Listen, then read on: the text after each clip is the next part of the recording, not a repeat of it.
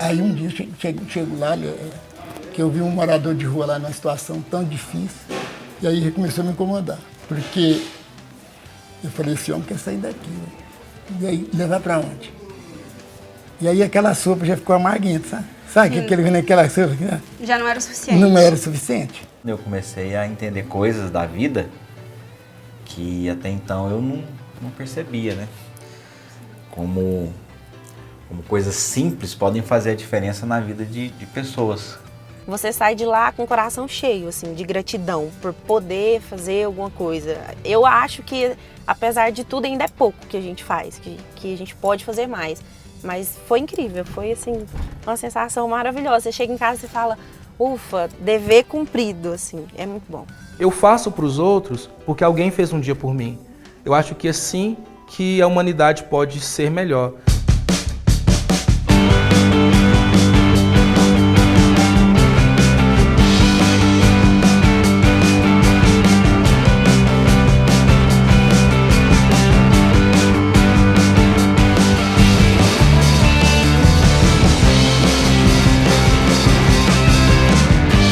Agora a gente vai conhecer o Zilão, que é idealizador e fundador do grupo Pro Humanos, um grupo de ação social aqui em Uberlândia. E com vocês, o Zilão. E aí, tudo bom, Zilão, Karen? vamos conhecer melhor a sua história, como que você chegou no terceiro setor, se sensibilizou por outros humanos? Então, começou quando criança, meus pais enfermeiros, e eu cresci dentro de hospital, sempre gostei dessa coisa do ambiente hospitalar, e aprendi com os meus pais a amar a gente. E aí com 17 anos eu resolvo largar tudo. Trabalhava num laboratório com meu pai, era o office boy de sangue, assim, era chefe do banco de sangue. E eu vou para Belém do Pará, participar de um projeto social no Baixo Amazonas. Lá eu trabalhei ajudando ribeirinhos. E foi algo que assim, me encantou. O palhaço era algo que eu gostava, mas não tinha ideia de como fazia, né?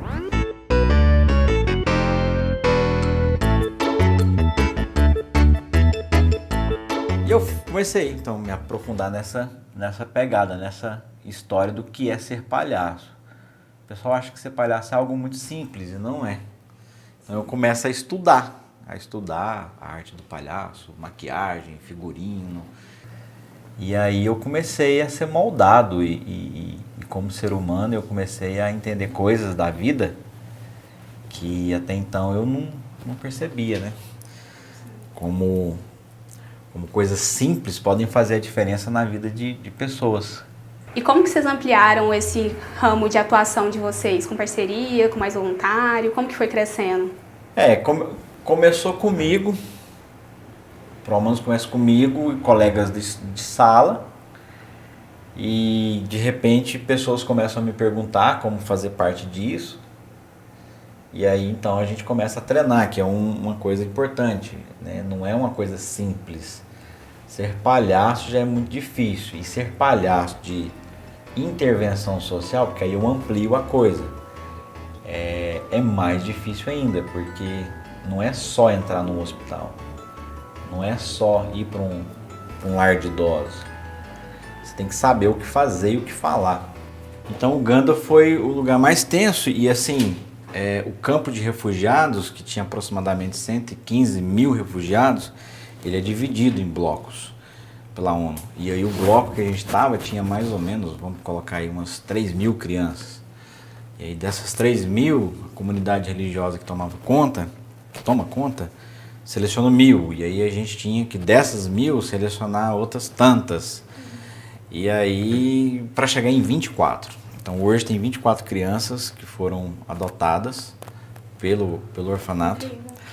E são 5 mães sociais e que vão ter futuro. Pra gente, acho que o mais legal é isso, é dar futuro, né?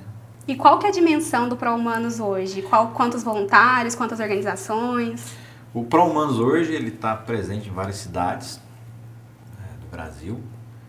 E a gente hoje no Brasil atende todo o segmento de exclusão social. Nós não somos palhacinho de hospital ou de recreação. A gente trabalha com inclusão social. Né? Então não é uma coisa assim, específica de hospital trabalhando com crianças pediátricas ou crianças com câncer. Trabalho com intervenção social, inclusão social em todo segmento de exclusão. Então, no Brasil hoje, a gente está na faixa aí de uns 280 voluntários. Aqui em Uberlândia, a gente está com uns 40. E todos eles passam por um treinamento. Tem que entender como é ser palhaço, quebrar os mitos, que palhaço tem que ser engraçado, palhaço tem que contar. Você é palhaço? Conta uma piada aí. Não, não é isso. Sim. Né? E como que é ser palhaço, então? Então, o palhaço é uma mágica, um negócio maravilhoso, porque o palhaço ele olha o mundo por uma outra perspectiva. O palhaço ele trabalha com possibilidades, o palhaço trabalha com o olhar, né? Então, o lance de você usar um nariz, né? O nariz é a menor máscara do mundo e a que mais revela. Então, essa aqui é a grande sacada, né? O nariz, eu já vou colocar o meu aqui. O nariz, ele chama a atenção para o olhar. Destaca. E o segredo é o olhar. Ele toca, ele olha e ele atende à necessidade do outro.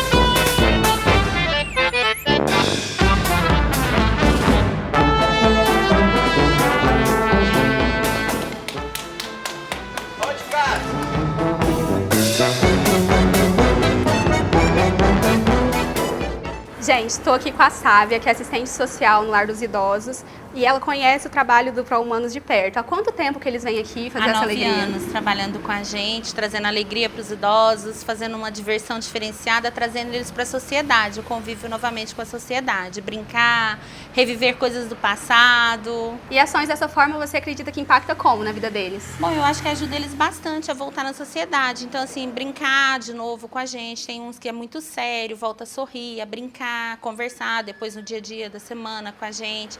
Lembra das palhaçadas, esconde alguma coisa, sempre ele esquece um nariz, alguma coisa, eles pegam. É muito interessante para eles.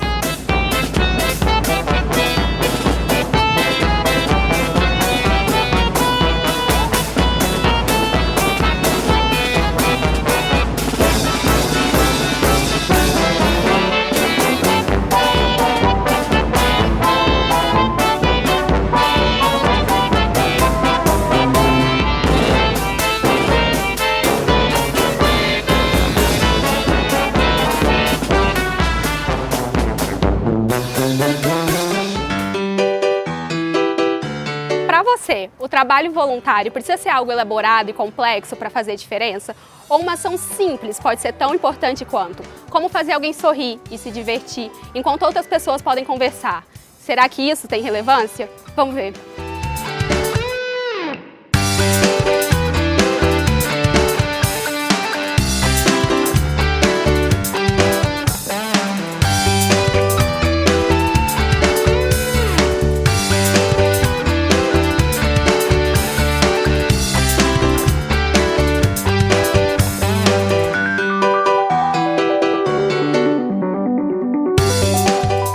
Agora a gente vai ter uma conversa com o Sebastião, que é presidente da instituição 21 Inclusão Down, e ele vai contar pra gente muito melhor como que é a atuação dessa instituição aqui com essas crianças. Sebastião, muito obrigada por estar aqui no Tamo Junto com a gente. Conta pra gente como surgiu a ideia dessa instituição, como foi o princípio dela realmente, qual é a motivação de vocês para fazerem esse serviço. Bom, o início foi de uma conversa de dois pais, né? Dois pais de filhos com síndrome de Down. Isso foi lá em 2017. Em 2018 se tornou uma associação e hoje cá estamos, né? Atendemos aqui, temos hoje conosco em torno de 50 famílias. O que nós buscamos aqui? Levar conhecimento para os pais, né? Porque a questão da inclusão, ela necessita muito do conhecimento, do esclarecimento. Então esse esclarecimento ele tem que existir para quem tem o filho deficiente, o filho com síndrome de Down, e ele tem que existir para as pessoas que convivem com essa criança e com essa família também que tem um deficiente. Explica pra gente como que é exatamente essa colaboração entre essas duas OSCs que fazem um trabalho voltado para as crianças e eles promovem realmente a alegria delas, né, durante os encontros de vocês. Como foi feito esse contato, como é a colaboração? Bom, o Grupo da Alegria ele está sempre conosco. Nós temos um evento, porque dia 21 de março é o Dia Internacional da Síndrome de Down. Nós, desde 2017, nós desenvolvemos um trabalho que é a Semana da Conscientização da Síndrome de Down. Nós temos vários eventos no decorrer de uma semana e o Grupo da Alegria está conosco desde o início. Então, assim, eles têm uma forma, vou dizer até mágica, de trabalhar com as crianças, são todos voluntários, é um trabalho lindo, maravilhoso. Então nós só temos a agradecer, sabe, esse entusiasmo que eles têm, é uma coisa assim, fenomenal, vamos dizer assim. Sebastião, muito obrigada, é muito bom ver a junção de dois projetos tão incríveis assim, muito lindo. E eu queria conhecer um desses voluntários, você me apresenta? Vamos, claro, com todo prazer. Vamos lá. Deixa-me ver aqui. Ô Gi, por favor, Gi. Oi, vamos conversar? Você pode? Agora eu não posso, eu vou brincar com as crianças, pode ser depois? Ah, não, tranquilo, a gente se fala então.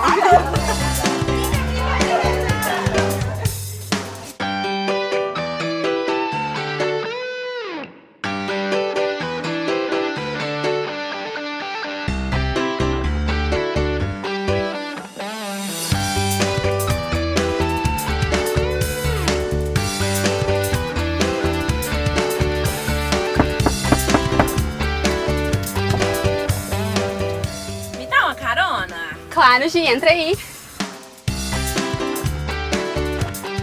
Bom, Gi, agora você pode conversar com a gente, né? Agora sim. Saindo da personagem. Sim, tem algum problema se eu for tirando a maquiagem? pra Não, sem vocês? problema, pode ir se desmontando. Tá, ok. Então, se apresenta pra gente, quem é você, o que você faz. Certo, eu me chamo Gisley, tenho 26 anos, eu faço parte do Grupo Alegria, né, que é o grupo de voluntariado aqui de Uberlândia.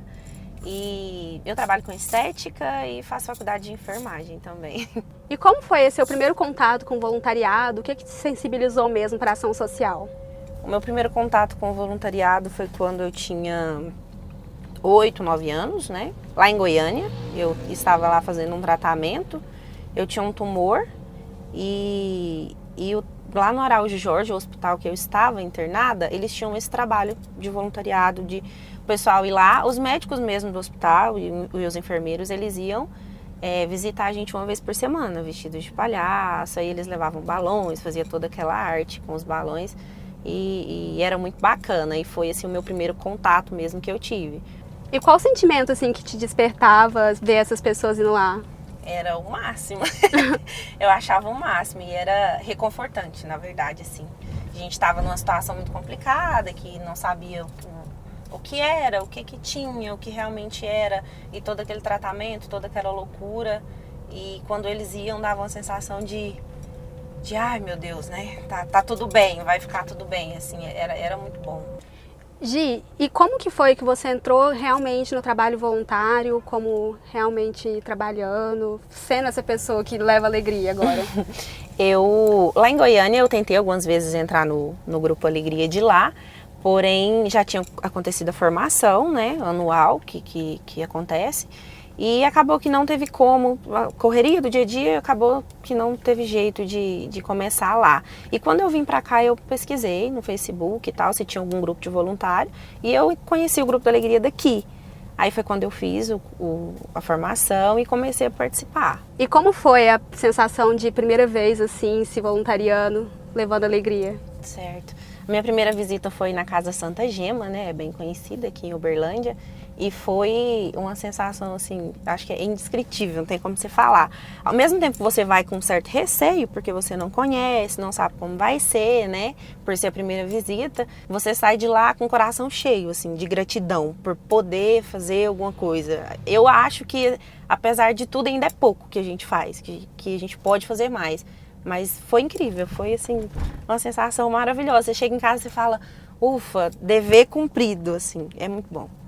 E como funciona o Grupo da Alegria? Como que os voluntários chegam nessas ações? Como vocês chegam nos voluntários? Certo. O Grupo Alegria, ele tem uma formação anual, né? Todos os anos a gente faz uma formação onde entram novos voluntários e a partir daí que você participa da formação, onde é explicado todas as regras, como que funciona o grupo, você já começa aí nas visitas. A gente aborda principalmente a parte da empatia, né, ao próximo, o cuidado ao próximo, porque a gente lida com pessoas doentes, com pessoas abandonadas, com pessoas né, especiais, então a gente tem que ter todo um cuidado. Então a gente preza muito na formação por isso, em preparar psicologicamente as pessoas para o que elas vão encarar. Porque muitas das vezes a gente encara coisas boas, mas a maioria das vezes a gente encara coisas muito difíceis. Quem que você acha que sai mais beneficiado no fim? Eu tenho certeza que é a gente. É. Sim, é a gente como voluntário, porque muitas das vezes a gente vai se sentindo não preparado, às vezes assim, com problemas, né? Porque todo mundo tem problema, a gente é ser humano. E quando você chega e você recebe todo o amor, porque todo lugar que você vai, por mais difícil que é, você recebe muito amor. Você vê que o que a gente faz, realmente, quem está sendo cuidado, quem está sendo, né, valorizado ali em todos os sentidos é a gente, que eles fazem muita questão da gente. Então, com certeza, é quem faz e não quem recebe, assim. Muito amor nessa equação, né? Exato, bastante. Ó, a gente tá chegando. Ai, muito obrigada pela nossa conversa, viu, Gi? Foi um prazer conhecer a tua história. Prazer é todo meu. Até mais, gente. Se vê.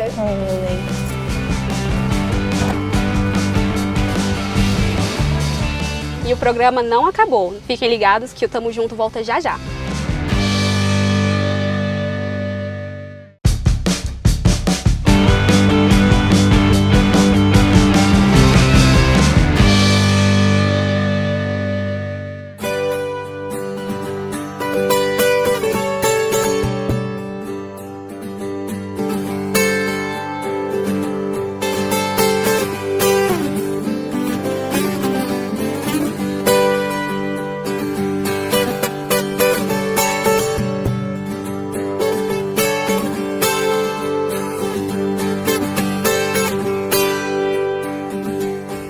Então, estamos aqui no Santa Gema, que é um lar de acolhimento para pessoas em situação de rua. E esse é o Ditão, o fundador dessa ideia, e ele vai contar pra gente como que surgiu. E aí, Ditão, seu apego, sua vocação por esse cuidado com as pessoas, por essa ação social, surgiu como?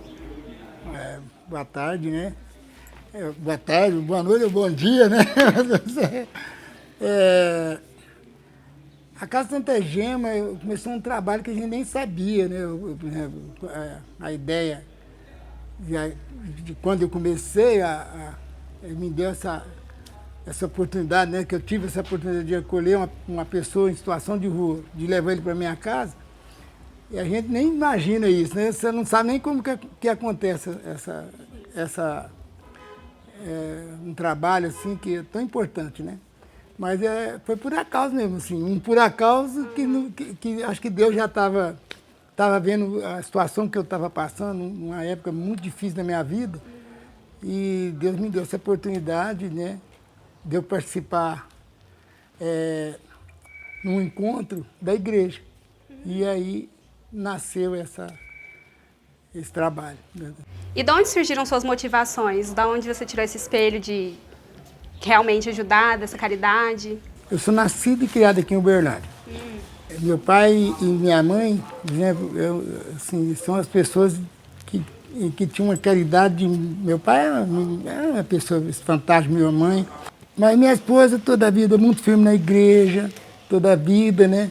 E um dia, eu cheguei na igreja e estava lá 7 casais que estavam lá na igreja. E nesse encontro eu vi o tanto que a comunidade é linda. Eu vi o tanto que o jovem é chique, que o mundo tem de ver, conhecer o jovem, que coisa mais linda que é jovem, que coisa linda que é criança, que coisa linda que é seu vizinho, que coisa linda que é sua rua.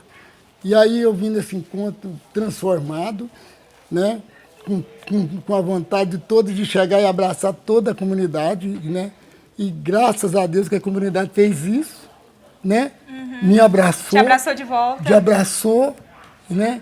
E eu virei uma coisa louca dentro da comunidade. E aí eu comecei a conhecer as famílias carentes, conhecer mesmo de participar da vida delas. Ver as necessidades. As necessidades dessas famílias. Então a Sociedade São Vicente de Paulo, você faz visita, leva cesta, leva remédio, dá assistência, né? E eu já comecei a fazer isso. No sábado seguinte, quem vem é divina. Então, sobrou ali um tantão de sopa. Você não quer levar? Eu falei, vou levar. Porque eu tenho caminhão. Eu trabalho, eu passo ali, passar na matinha todo dia. 5, 6 vezes ali. Na Matinha tinha um corredor ali que ficava cheio de morador de rua ali. Eu nunca tinha visto aqueles homens ali. Mas essa semana eu vi. E quando eu lembrei da sopa e lembrei daqueles moradores, aquilo meu coração ficou em tempo de explodir, de vontade de chegar. Eu nunca vi uma semana demorar a chegar daquele tempo. E o medo dos meninos comer a sopa tudo, né? Eu doido para chegar no sábado, né? Foi o dia que eu cheguei mais cedo na missa lá, né? Para mim saber. E graças a Deus que cheguei lá, os meninos não comeram. Sobrou sopa. A divina falou, Ditão, mas você viu o tanto de sopa que sobrou aí, se você quiser levar. Eu falei, nossa senhora, não acredita, né?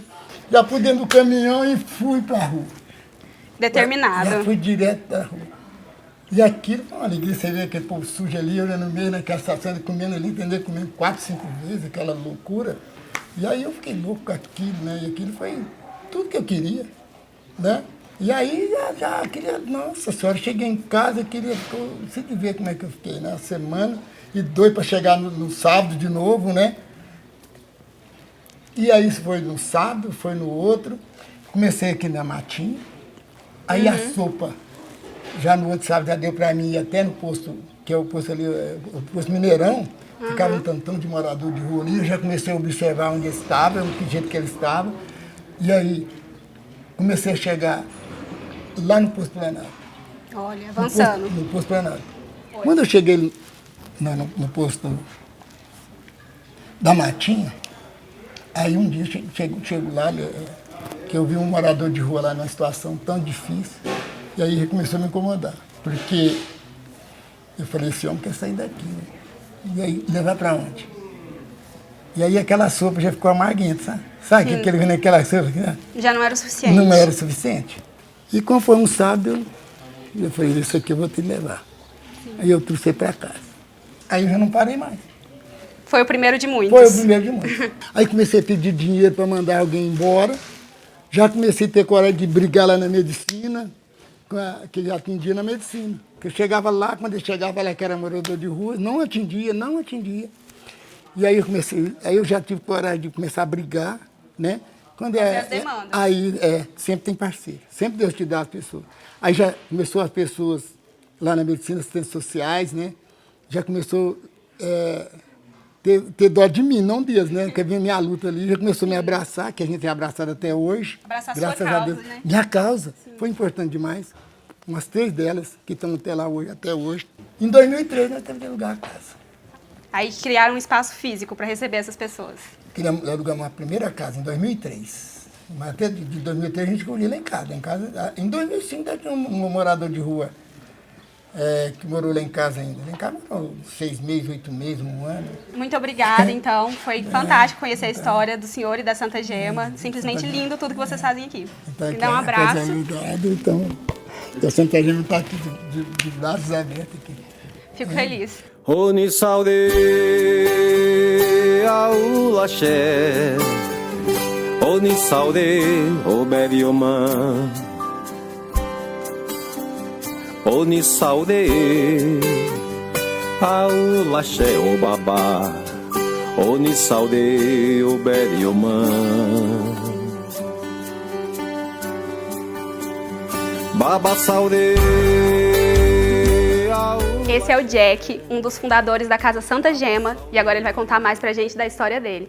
Como que você começou com essa ideia de acolher pessoas, seu envolvimento com o terceiro setor, como surgiu? Bom, gente, aqui foi uma história assim, de amor à primeira vista, sabe? Porque eu conheci o seu Ditão me levou pra rua para fazer o trabalho assistencial de entrega de comida, né? E nos primeiros contatos que eu tive com a população de rua, eu já fiquei, poxa, Ditão, eu quero te ajudar mais nisso. Tanto que quando terminou o trabalho aí na noite, era por volta de 2h30 da manhã, eu falei, Ditão, se o senhor precisar de mim, o senhor pode me chamar, me ligar. Aí no dia seguinte, 7 horas da manhã, ele estava lá na porta da minha casa me chamando.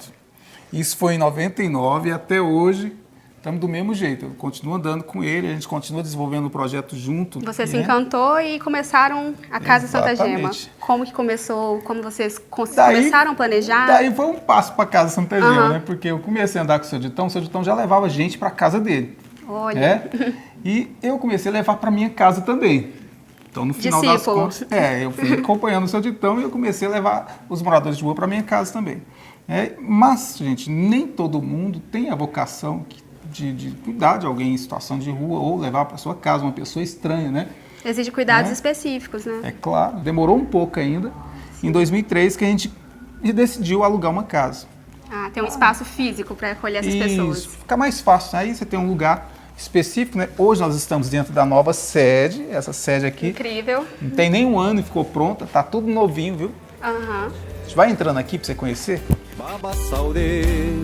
E nessa situação de rua, eles ficam em diversas possibilidades de vulnerabilidade, né? Assim, como que esse contexto é para a maioria deles? É muito perigoso, né? Veja bem, no Brasil, as grandes cidades, todos os lugares têm pessoas em situação de rua, tem os moradores de rua. Isso é um problema geral. Em alguns lugares as pessoas ficam, elas nem são tão incomodadas assim. Elas fazem os mocozinhos, fazem as casinhas nas praças, em alguns lugares, estão ali, estão vivendo, né? Sim. Aqui em Uberlândia, gente, não pode ter morador de rua. Então, a ordem aqui na cidade é para que a cidade seja limpa, para que essas pessoas sumam das ruas, para que as pessoas não fiquem por aí. Não podem ser vistas, né? Não. Então, tem muita violência, tem muita denúncia de violência contra o morador de rua, tem muita de restrição de direitos, tem muita coisa do tipo, arbitrariamente, a autoridade vai lá e retira as coisas da pessoa e joga fora, e põe fogo em alguma casinha que está ali. São várias denúncias desse tipo, né? A negligência parte tanto de pessoas quanto de órgãos oficiais, como você falou. E a Casa Santa Gema surge com esse objetivo de acolhimento e vocês fazem um papel que seria do Estado, né? É uma obrigação da população. Mas de forma também, autônoma ainda, vocês sobrevivem de forma autônoma. Isso. Nós fizemos a opção de trabalhar isso sem depender de dinheiro público. Então nós fizemos a opção de envolver mais a comunidade, envolver mais as pessoas que moram em torno. Os grupos que têm interesse em trabalhar. Então, tanto que a gente tem um trabalho muito aberto. A gente recebe ajuda de quem quer que seja, né? E uma vez acolhidas pela Santa Gema, quais são os serviços, as assistências que essas pessoas recebem? São muitas coisas, né? São vários profissionais que trabalham com a gente, são voluntários, né? E todo tipo de serviço que for preciso para aquela pessoa, a gente vai fazer nós mesmos, né? Disponibilizamos o nosso tempo para poder acompanhar, levar aqui, levar acolá. Enfim, aqui mesmo nós temos atendimento. Vamos mostrar para você o consultório. Vamos ver.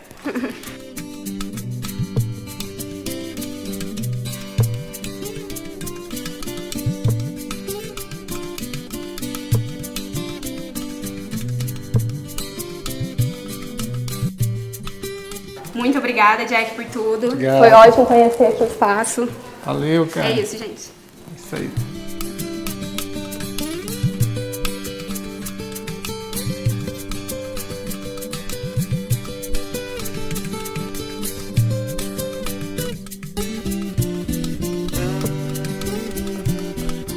E agora nós estamos aqui no bairro São Jorge para conhecer uma OSC voltada para a educação, fundada pelo professor de História, Flávio Muniz. E a gente vai conversar com ele agora para conhecer mais essa história. É aqui.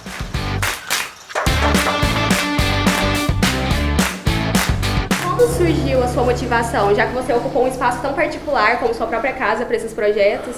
É pessoal isso? Acontece que minha infância não foi uma infância muito fácil, como não foi para muitas pessoas. Eu sou natural de Montes Claros, no norte de Minas Gerais, e desde muito cedo eu tive que conviver com a separação de meus pais. E com a separação de meus pais, a minha mãe ela ficou com uma carga muito grande sobre os filhos. Foram 5 filhos que a minha mãe teve que cuidar. E desde muito cedo eu comecei a trabalhar. Então o trabalho infantil para mim era uma coisa que era necessário porque eu tinha que ajudar em casa. Eu tinha que ajudar a mamãe, eu tinha que ajudar meus irmãos. E o meu pai era uma pessoa ausente nesse período. Nesse período de ausência de meu pai, eu passei por todas as dificuldades que um adolescente comum pode passar. A descoberta dos sentimentos, os hormônios, e isso era muito difícil para mim. Saber lidar com responsabilidades muito cedo. E eu lembro que tinha um senhor, um vizinho meu, que se chamava senhor Eliseu, ele era um militar, e ele era uma pessoa que ele me dava muita atenção. E de que forma que ele fazia para me chamar minha atenção? Ele me chamava para ajudá-lo nas atividades. E eu via que ele estava sempre buscando uma maneira de me ajudar, uma maneira de criar alguma coisa que eu pudesse ter empatia. A presença dele na minha adolescência foi muito importante para a formação do meu caráter. E eu percebi que, às vezes, tudo que a gente precisa é de uma referência. mesmo que ela não seja necessariamente alguém da sua família consanguínea, mas alguém que se importa com você. Então, naquele caso, ele se importou comigo. E eu percebi que ao longo do tempo, quando eu cheguei aqui no bairro, além dos meus filhos morarem aqui e os amigos dos meus filhos também estarem por aqui, eu comecei a perceber que eu poderia ajudá-los de alguma forma. Eu faço para os outros porque alguém fez um dia por mim. Eu acho que assim que a humanidade pode ser melhor. Nós resolvemos ceder a garagem da nossa casa, que era um espaço mais provável e mais confortável, para readaptá-lo em forma de sala multiuso.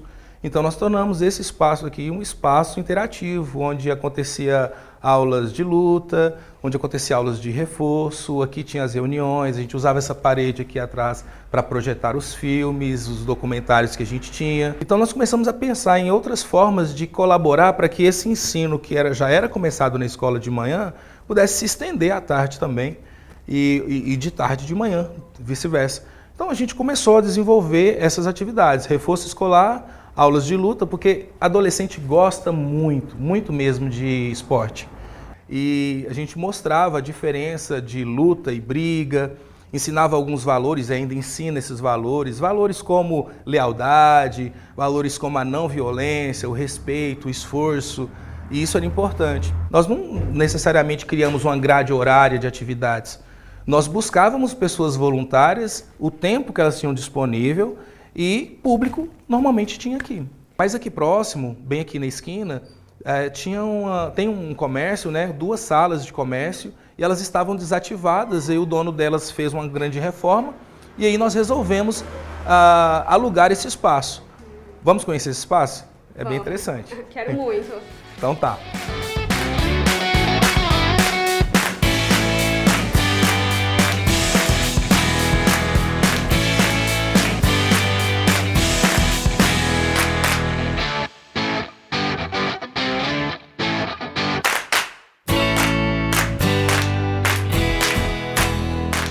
Eu e minha esposa, nós começamos a oferecer aulas de reforço e com as nossas aulas de reforço nós financiávamos os projetos. Convertia isso. Exatamente, a gente sustentava os projetos. Só que quase sempre era insuficiente. Aí a gente fazia também rifas, a gente recorria a outras pessoas que podiam doar algum recurso. Porque, por incrível que pareça, um projeto social não precisa de muito dinheiro. Ele precisa de muito mais vontade do que dinheiro. O custo pode ser pouco. Recursos humanos. Exato, recursos humanos. Outra forma que nós buscamos é outras ONGs nos apoiando. Porque para realizar uma atividade, nós sozinhos não conseguimos fazer. Uma rede de parceria. Uma rede de parceria entre pessoas, outras organizações de sociedade civil, todos aqueles que estão interessados em ajudar. Esse é um sistema de rede. Esse sistema de rede ele pode funcionar muito bem e ajuda porque a gente pode funcionar por projeto. Precisamos financiar um projeto, lançamos esse projeto, buscamos os principais parceiros, alinhamos com esses parceiros, cada um contribui com aquilo que eles podem.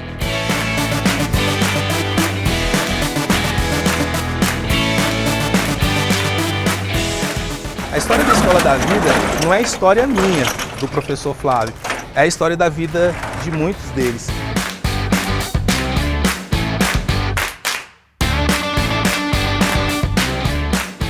Então, a história da Escola da Vida é a história de muitas vidas, feita por muitas mãos. E quando foi que você conheceu o Flávio e esse projeto da Escola da Vida? Eu conheci o Flávio em 2009. Eu estudava no Eurico Silva. E eu lembro que o Flávio já tinha ido lá algumas vezes fazer palestra. Ele sempre vai em escolas assim, dar alguma palestra ou falar sobre algum tema. E eu lembro que eu entrei aqui primeiro no intuito de fazer reforço.